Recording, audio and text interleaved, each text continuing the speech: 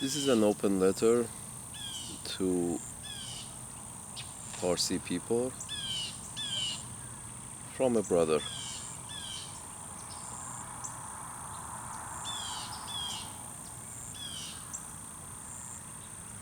We were speaking with a few of the guys on Facebook regarding the fact that the Parsi people are a closed society and they don't want to increase their numbers by adding people from outside the society to the inside.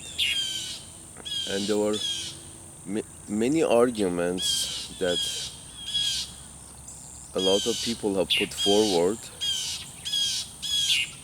but fortunately, none of those arguments hold water.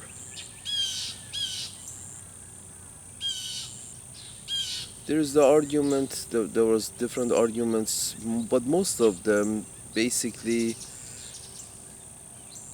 spun around this main idea that, hey, we are a small number of people and there is a large group of hungry people surrounding us, poor and hungry people surrounding us, and we are a small number of wealthy people who have, uh, have been very have saved our money, worked hard, saved our money generation after generation, and because of that, now we have a little wealth, and therefore we don't want to, distribute all our wealth within this larger population by intermarrying with them.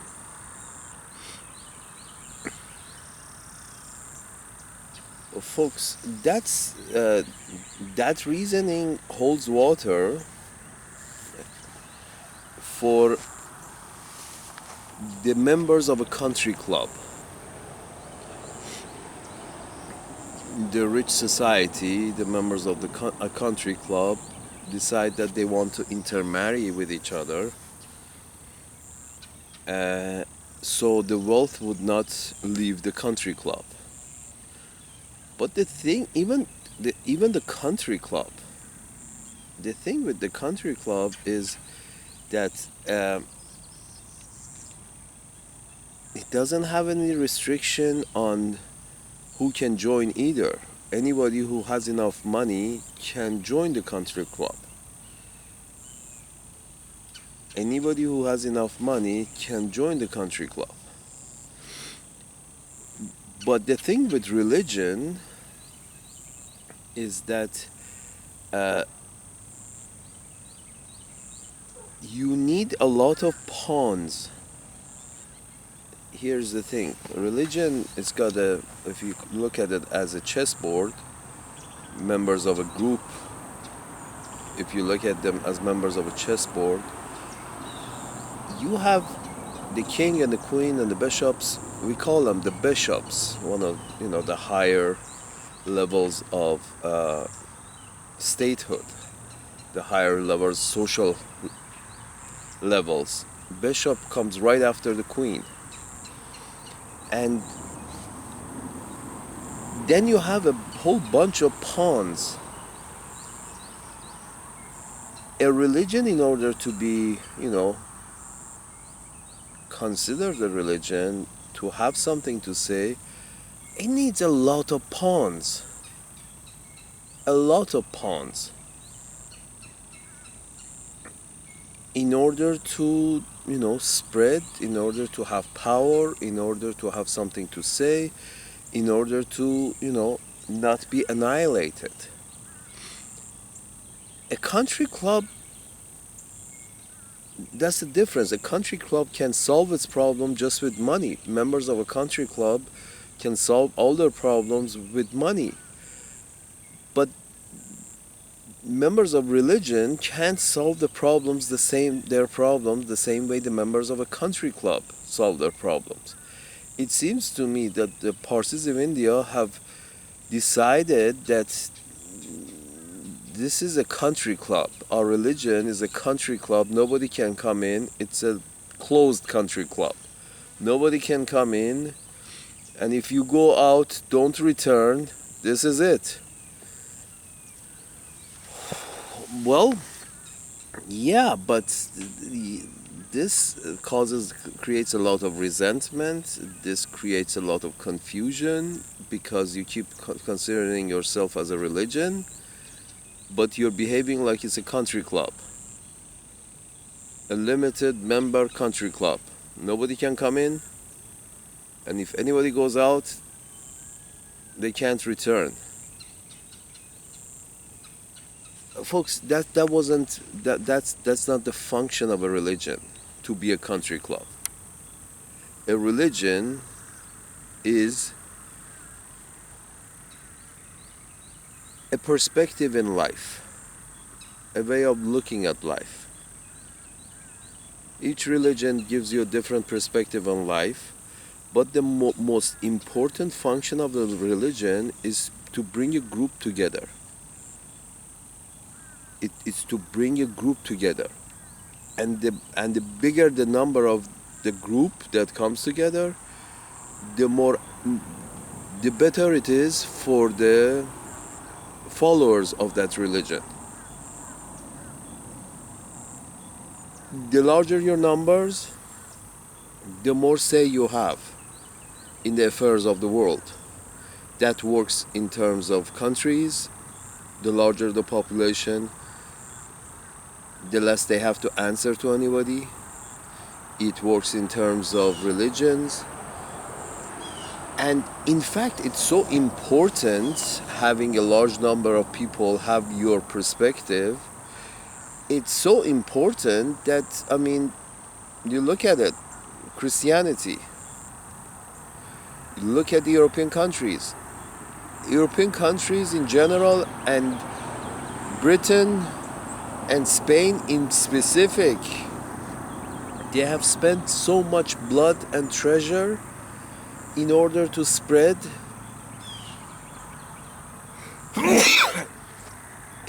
in order to spread their culture, their language, and their religion. They spent blood and treasure and are still at it. The Americans have taken over. They are spending blood and treasure in order to spread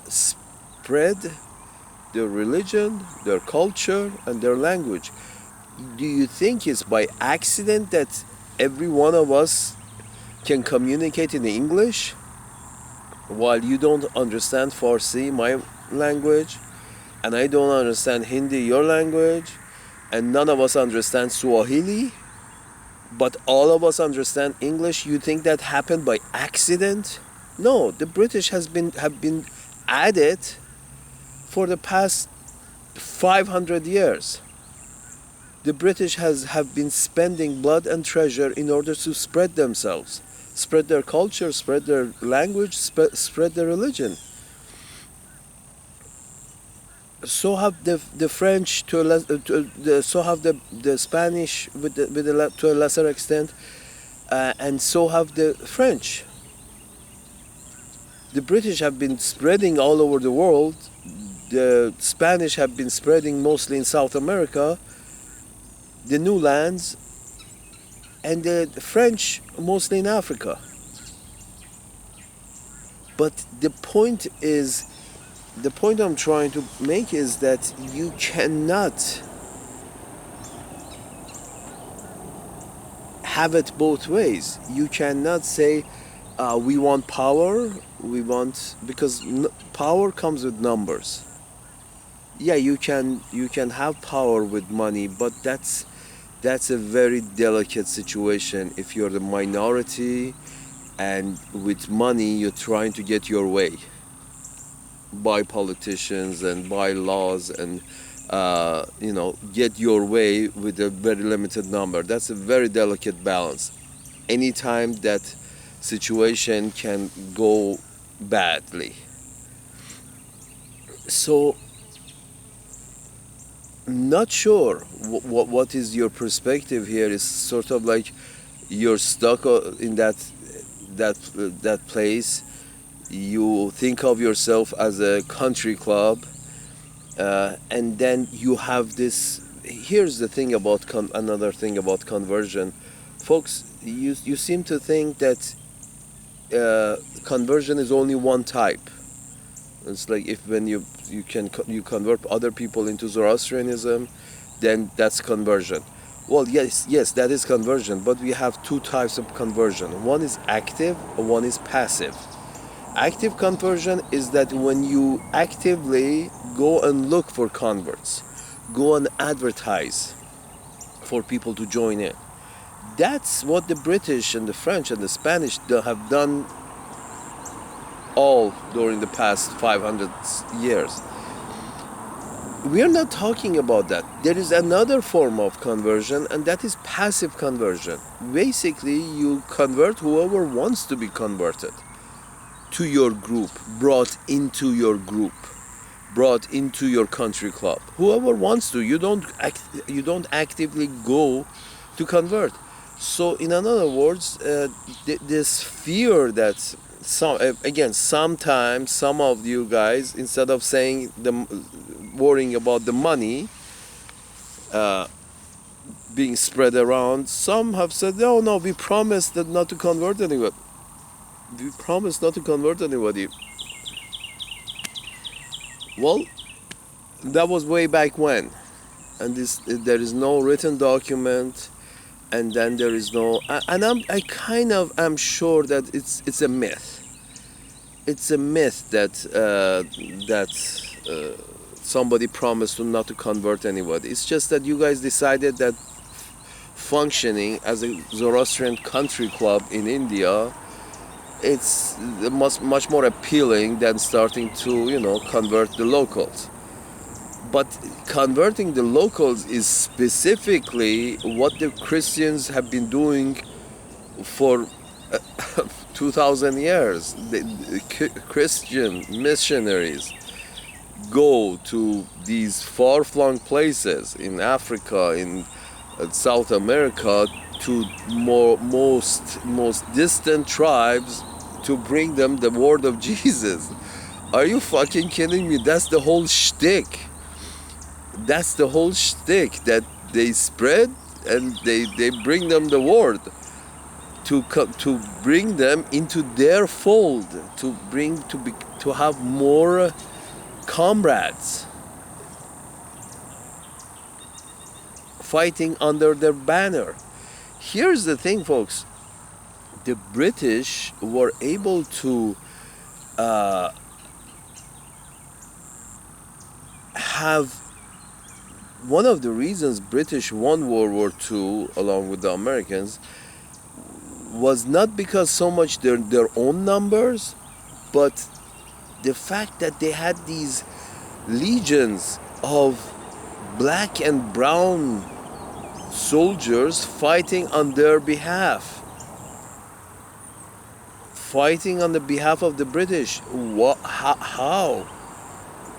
What? Because they went and spread themselves. They went and spread their culture. They went and spread their language, and in many cases they spread their religion.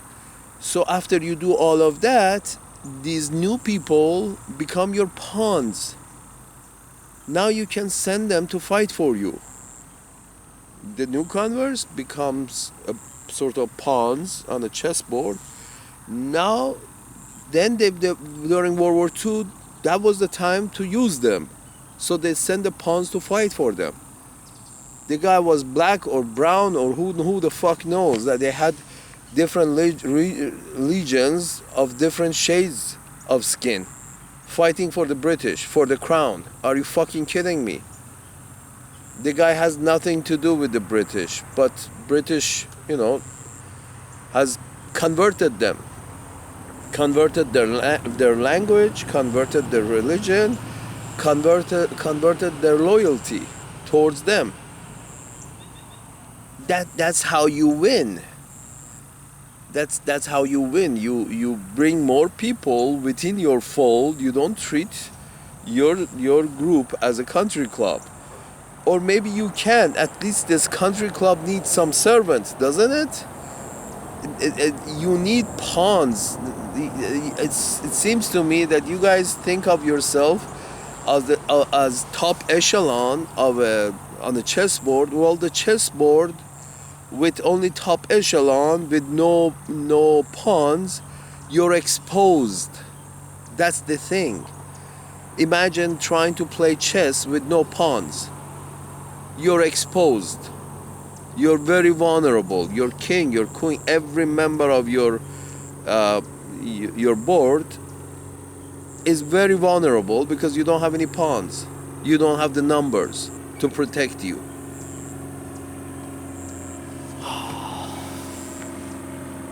Anyway, so this is it. This is basically what I concluded, is that the main reason that you guys in the Parsi community don't want to, convert anybody and you're against conversion is because it's money. It's at the end of the day, it's just money. You're all through hard work and multi-generational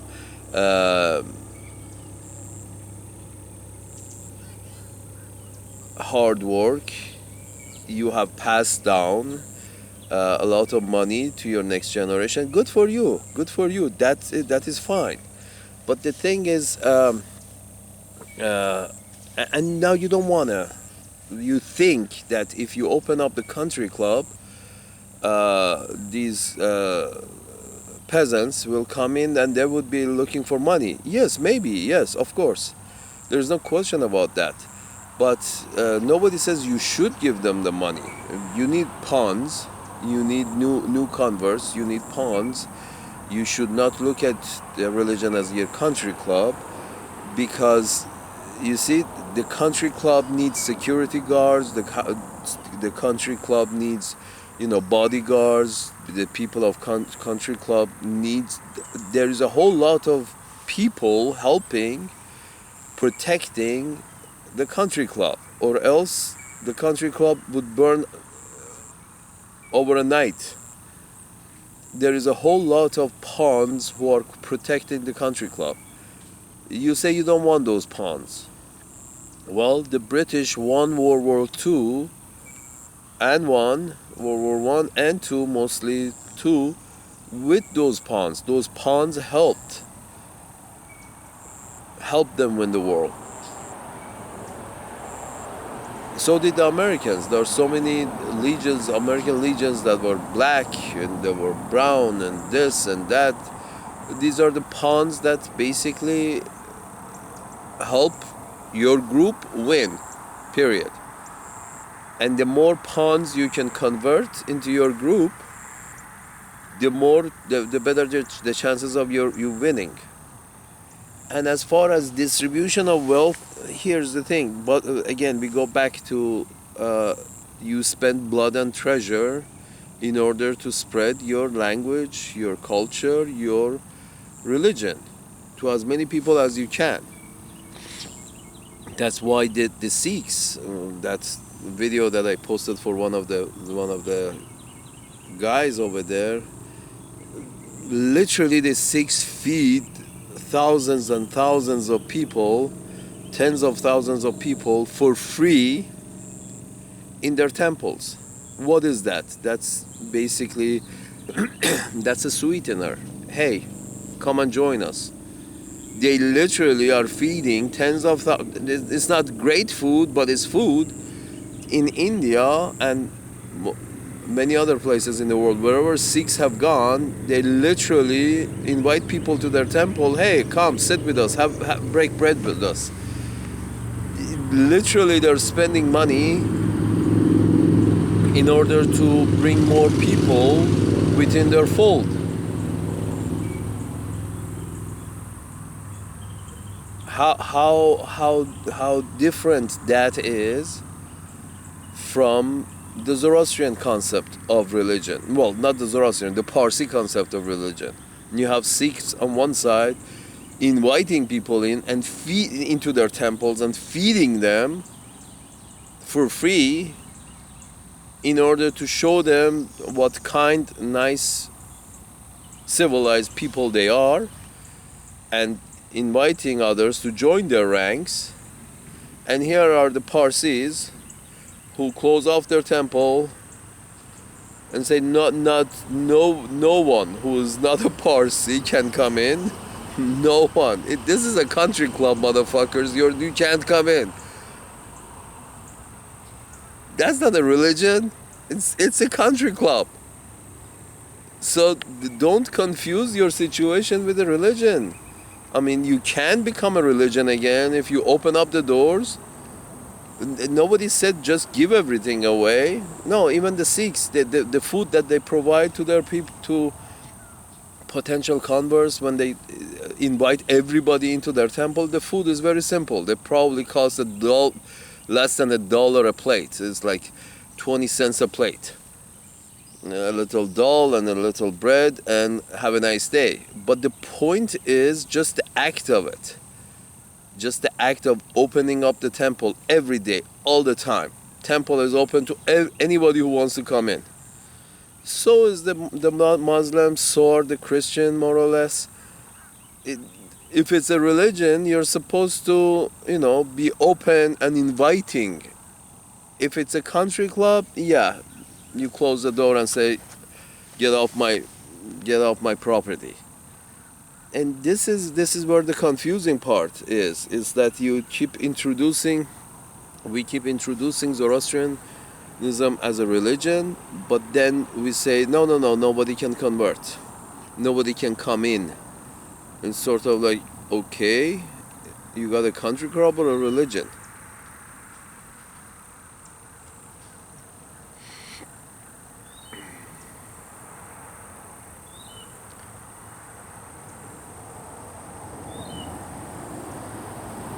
Yeah, folks, you gotta spend blood and treasure.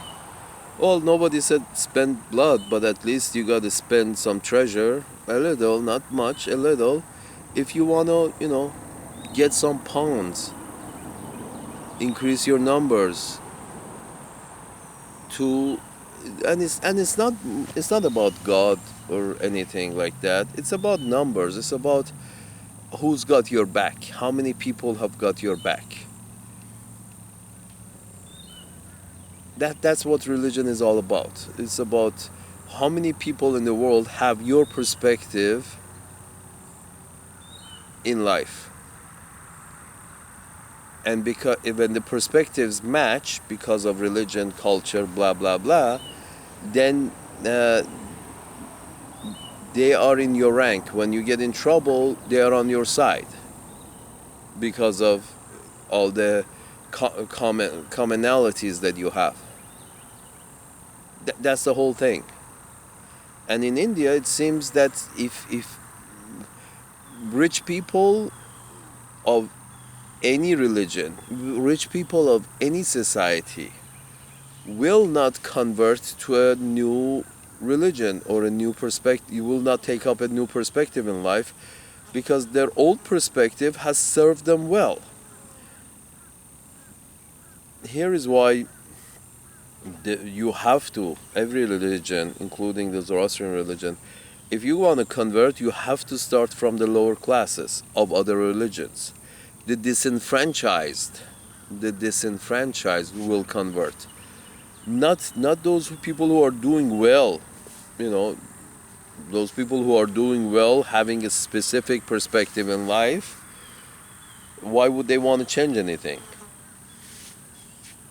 So just like every other religion, Zoroastrians, if they want to, start increasing their numbers, they have to pander to the disenfranchised and the poor and the destitute. They have to pander to them. You don't have to force them to convert. You don't have to advertise conversion. You just have to, open up the country club. Just open your doors and hey, come on in. Open the doors. I mean, just take a page out of the Sikh uh, playbook. Just look how they're doing it. It seems to be doing just fine. They seem to have found the way to do it. Just be nice. Open up the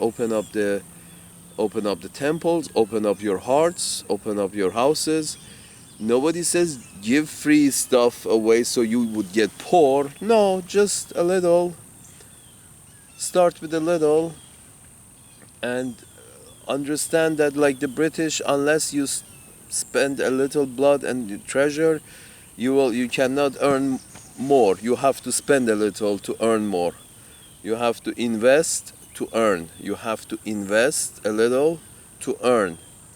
You can't earn, you can't make more if you don't invest a little. And converting people by showing them, a little uh, tender loving care, by showing people a little tender loving care, you're inviting them to turn to your perspective in life. And then later on, they will reciprocate. Then, like the British, when you have a war, you call on the Indians and the Pakistanis and the Angolans to fight for you. You show them a little tender loving care. You build a couple of schools for them. You build a couple of churches for them. You introduce them to your God. And then later on, when you're in trouble, they will come and fight for you.